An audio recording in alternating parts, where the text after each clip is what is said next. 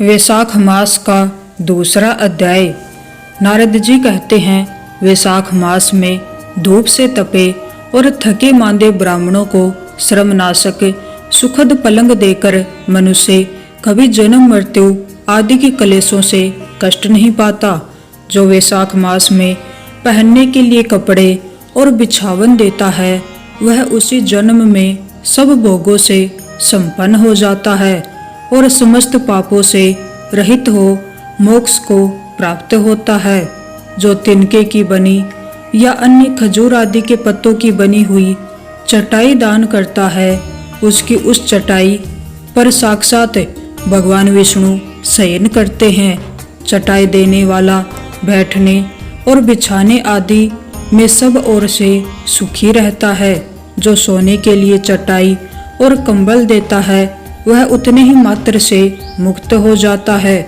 निद्रा से दुख का नाश होता है, निद्रा से थकावट दूर होती है और वह निद्रा चटाई पर सोने वाले को सुखपूर्वक आ जाती है। धूप से कष्ट पाए श्रेष्ठ ब्राह्मण को जो सूक्ष्मतर वस्त्र दान करता है, वह पूर्ण आयु और परलोक में उत्तम गति को पाता है। जो पुरुष ब्राह्मण को फूल और रोली देता है, वह लौकिक भोगों का भोग करके मोक्ष को प्राप्त होता है। जो खस कुश और जल से वासित चंदन देता है, वह सब भोगों में देवताओं की सहायता पाता है तथा उसके पाप और दुख की हानि होकर परमानंद की प्राप्ति होती है। वैशाख के धर्म को जानने वाला जो पुरुष गोरोचन और कस्तूरी का दान करता है, वह तीनों तापों से मुक्त होकर परम शांति को प्राप्त होता है। जो विश्रामशाला बनवाकर प्याऊ सहित ब्राह्मण को दान करता है, वह लोकों का अधिपति होता है। जो सड़क के किनारे बगीचा, पोखरा, कुआं और मंडप बनवाता है, वह धर्मात्मा है।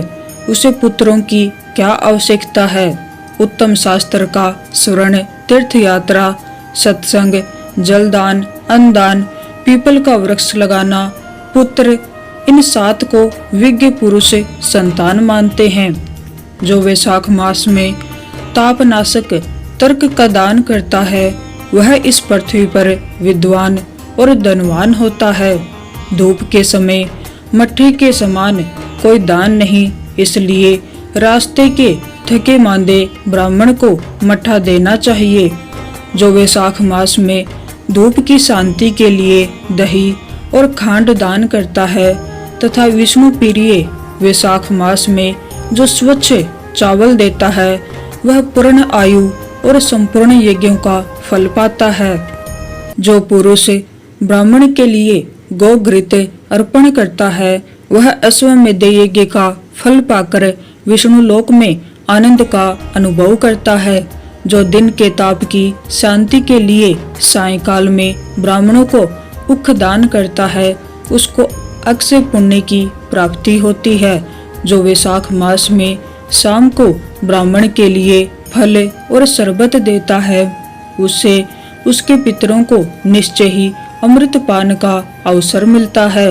जो वैशाख के महीने में पके हुए आम के फल के साथ शरबत देता है, उसके सारे पाप निश्चय ही नष्ट हो जाते हैं। जो वैशाख की अमावस्या को पितरों के उद्देश्य से कस्तूरी, कपूर, बेला और खस की सुगंध से वासित शरबत से भरा हुआ घड़ा दान करता है, वह 96 घड़ा दान करने का पुण्य पाता है।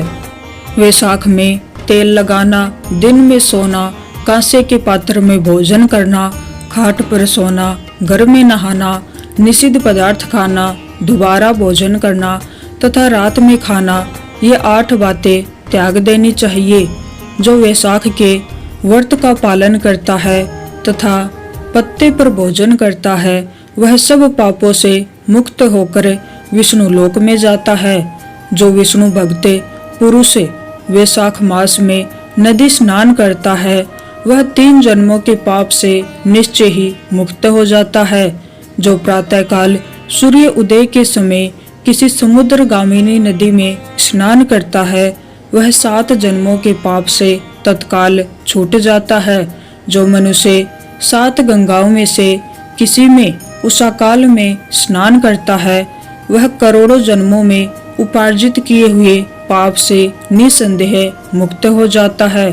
गंगा, गोदावरी, यमुना, सरस्वती, कावेरी, नर्मदा और वेणी, ये 7 गंगाएं कही गई हैं।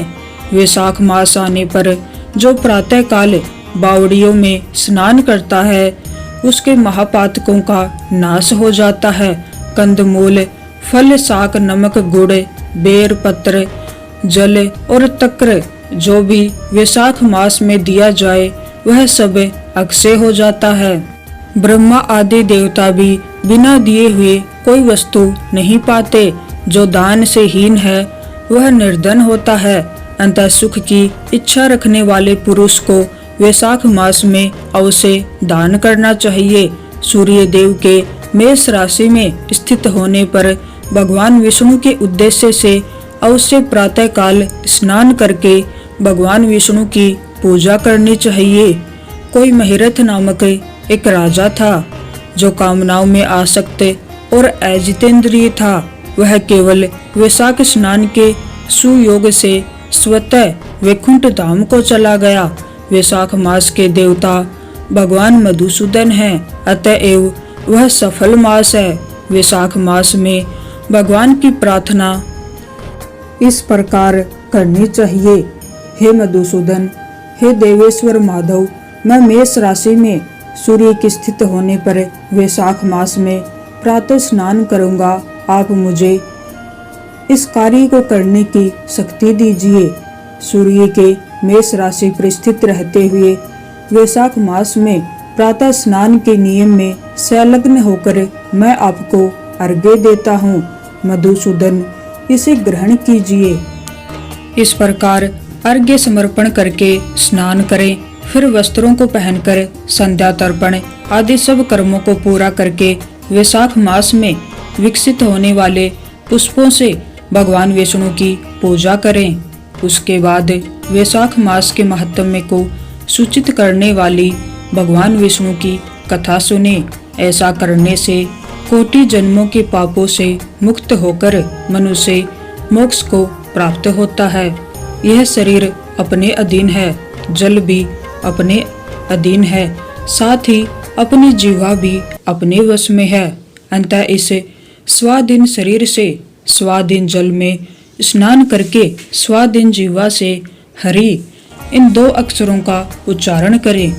जो वैशाख मास में तुलसी दल से भगवान विष्णु की पूजा करता है, वह विष्णु की सायुज्य भक्ति को पाता है।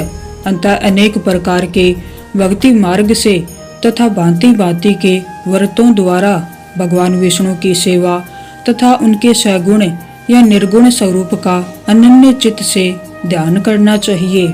वैशाख मास हिंदू कैलेंडर का दूसरा और सबसे पवित्र महीना है, जिसे भगवान विष्णु का प्रिय मास माना जाता है।